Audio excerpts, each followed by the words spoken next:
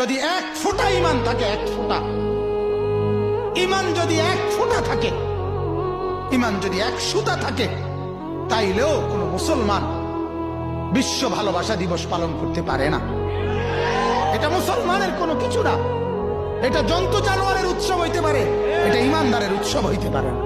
এটা বেহায়াতের উৎসব হইতে পারে, এটা কোনো ভদ্র মুসলমানের উৎসব হইতে পারে না।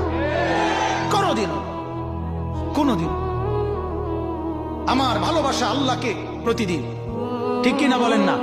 আল্লাহকে ভালোবাসি বছরে কয়দিন? রাসূলুল্লাহ সাল্লাল্লাহু আলাইহি সাল্লামকে ভালোবাসি বছরে কয়দিন? মাকে ভালোবাসি কয়দিন? বাবাকে ভালোবাসি কয়দিন? স্ত্রীকে ভালোবাসি কয়দিন? ছেলেকে ভালোবাসি কয়দিন? মেয়েকে ভালোবাসি আমার কয়দিন?